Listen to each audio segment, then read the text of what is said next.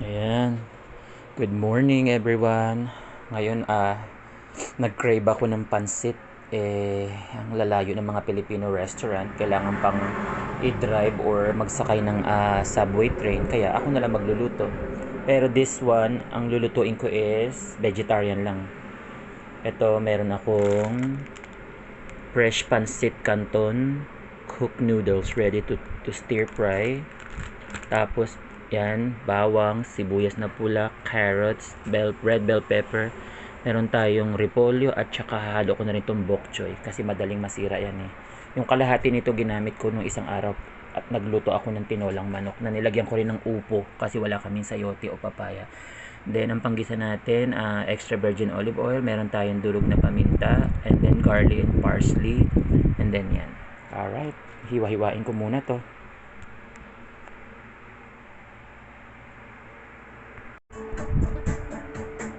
Ayan, nahugasan ko na ng maayos at thoroughly yung mga vegetables. Kita nyo naman, oh. Ayan pa yung mga tubig, oh. Alright, magsisimula na ako maghiwa.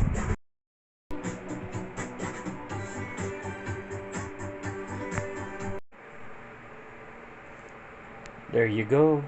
Na prepare ko na slice ko na everything, na hiwa ko na sibuyas, bawang, bell pepper, repolyo, and then yung carrots and the bok choy. Ito naman ready to cook na yan. So tatanggalin na lang yan sa ready to stir fry. Tatanggalin na lang yan sa lalagyan. And then ito yung mga ricado ko dyan. Okay, magluluto na tayo. Simula na tayo. Cooking oil, olive oil. Pinainit ko na yung itong paglulutuan natin. Since marami yung gulay, ang gagamitin ko is yung malalim na parang kaldero or tawag dito. Basta yun na yun.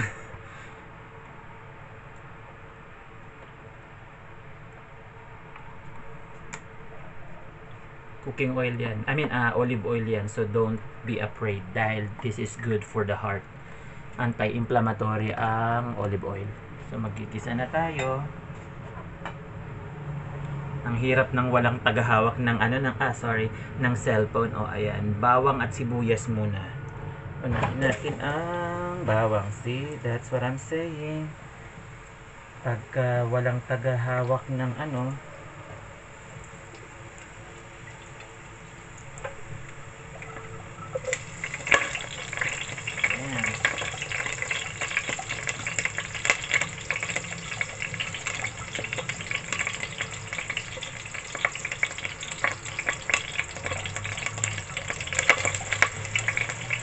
Kulang ayaw ko pa naggigisa eh.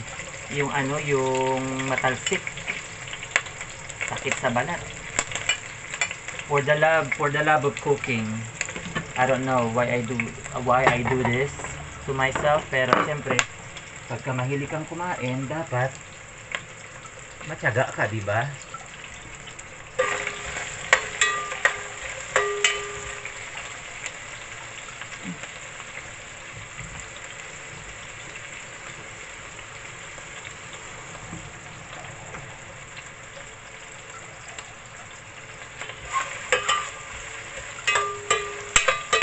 Ang hirap pag mag-isa lang, walang gawa mo lahat, walang tagahawak ng video, walang tagahawak ng camera or cellphone, hindi ka makakuha ng iba't ibang angle.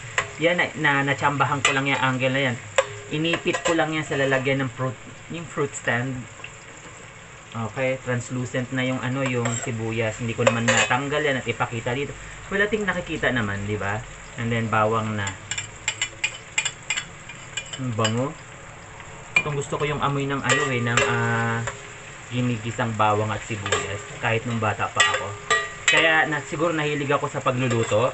Ito yung nakaka-attract sa akin nung bata ako. Kahit naglalaro ako sa labas, pag naamoy ko na nagluluto na yung nanay ko or lola or tita ko, naamoy ko yung ginigisa, pumupunta na ako ng kusina sa loob. At nakikiusyoso na ako. Yung curiosity ko, yun. Kaya ever since, natuto na ako sa pagluluto at saka sa mga gawaing kusina at napakinabangan ko. since nag-move ako dito sa US on my own after high school graduation, dito wala kang aasahan. Dito solo mo lahat gawa mo. Hindi pwedeng tawag dito. Dito kanya-kanya lahat. Okay, gigisa na natin 'tong mga 'to. Kaya it comes in handy na marunong ako sa mga gawaing bahay at natuto ako magluto. Anything na sa household nalaman ko at such an early age.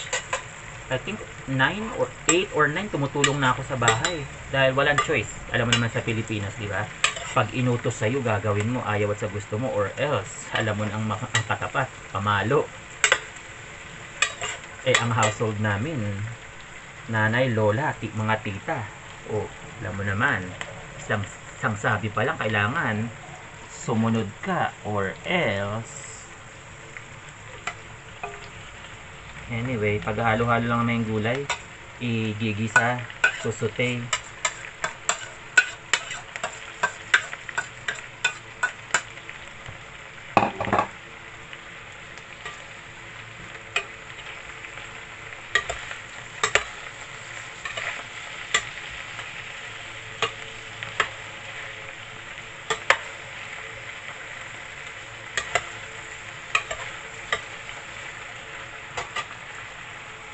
Nalaglag.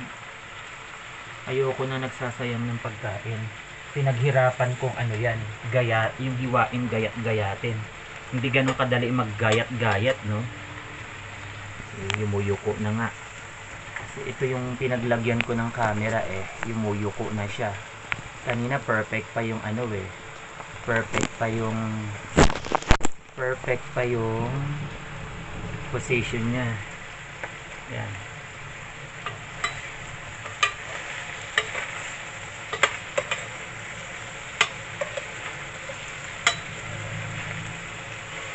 How I wish meron kaming yung malaking wok.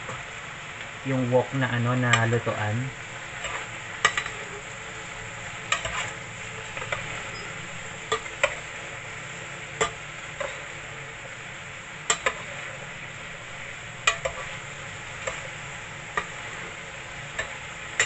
Okay.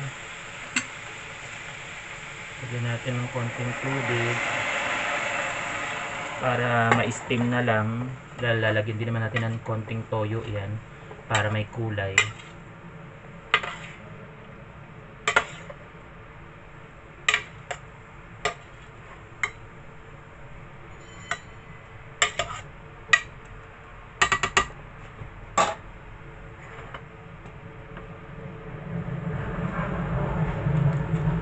Ayan na rin natin itong bok choy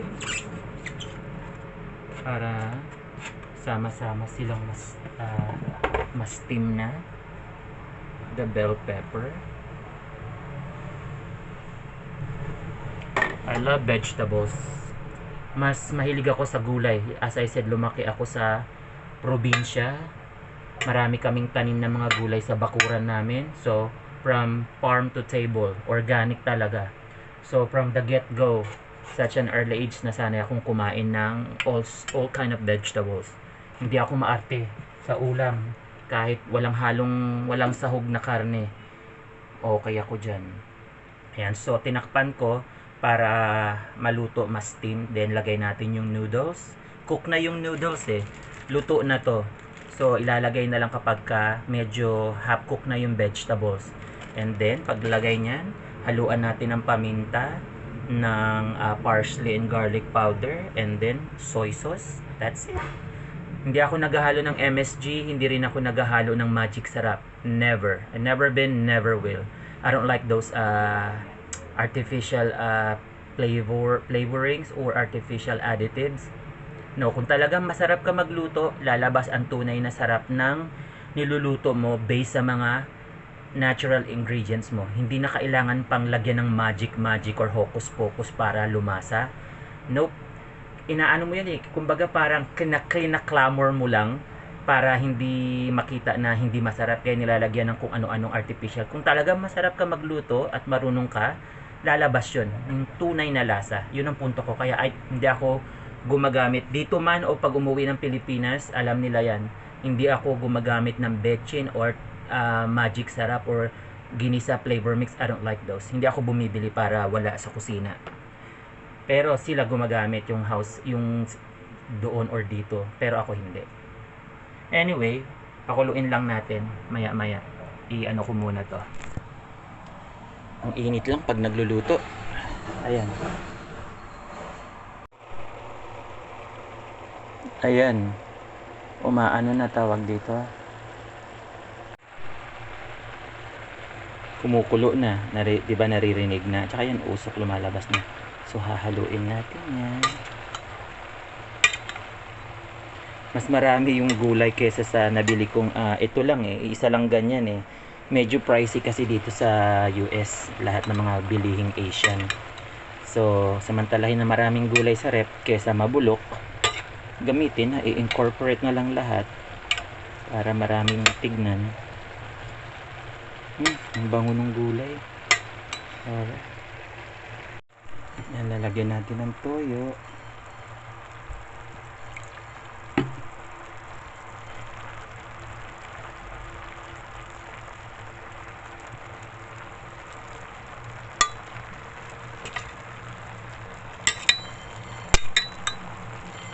Maganda sana kung mayroong low sodium na soy sauce pero wala so control na lang ang lagay kasi mahirap na mahirap magkasakit sa kidney. Kailangan lahat ng kinakain mo alam mo ang nilalagay mong ingredients at saka dapat aware ka dahil nga diba kaya tayo kumakain ng masustansyang pagkain para sa health. So kung lalagyan mo din na kahit gulay yan, kung lalagyan mo ng maraming kung ano-anong magic sarap, ginisa mix, maraming toyo, edi yung sodium non content naghalo-halo na. So it defeats the purpose yung pagkain ng masustansya kung makukuha ka rin naman ng mga additives. You know what I mean? Ito lalagyan ko ng garlic and parsley. No salt yan ayan nakalagay salt free. Just to be clear, okay?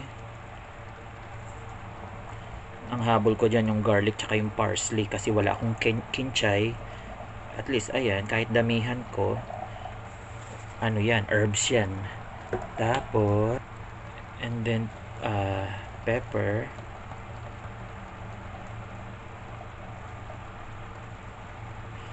Pepper is good for lowering blood pressure. Just in case you don't know.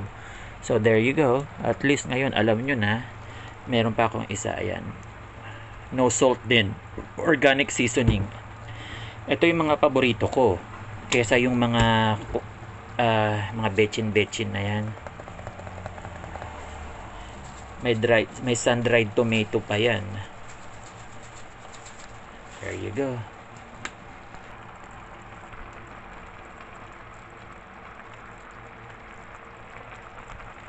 Yan, hinalo ko na yung Mickey or pansit basa.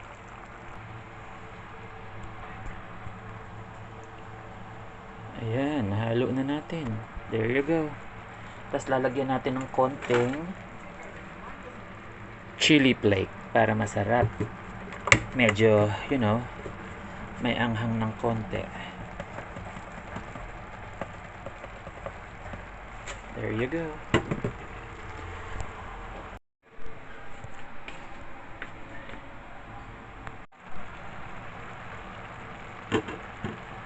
Yan na, luto na siya. Pwede nang kumain. Ayan, luto na. At may lemon tayo. I-squish natin dyan para masarap.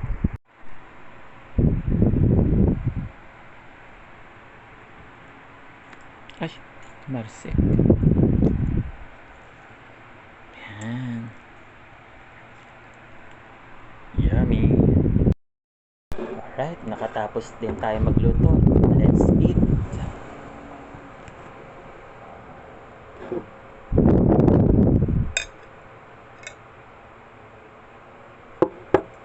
Thank you Lord for the food and for the peace of every day. Salamat. Sana lahat ng tao may kinakain.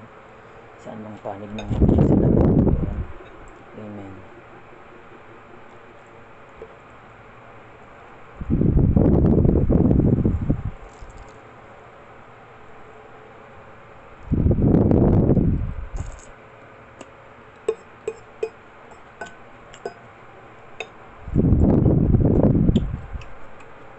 Sarap. O, diba? Nag-crave ako ng pansit, kaysa lumabas pa ako, bumiyahe, magbihis, magbabayad ka pa ng tip, either mag-Uber ka, magte-train ka, or bus, tagal pa bago ka makapunta doon, then makabalik. Eh dito sa bahay, lutong bahay pa, home cooked meal. Malinis, alam mong malinis dahil ikaw ang nagluto. Kontrolado mo kung ano yung mga nilalagay.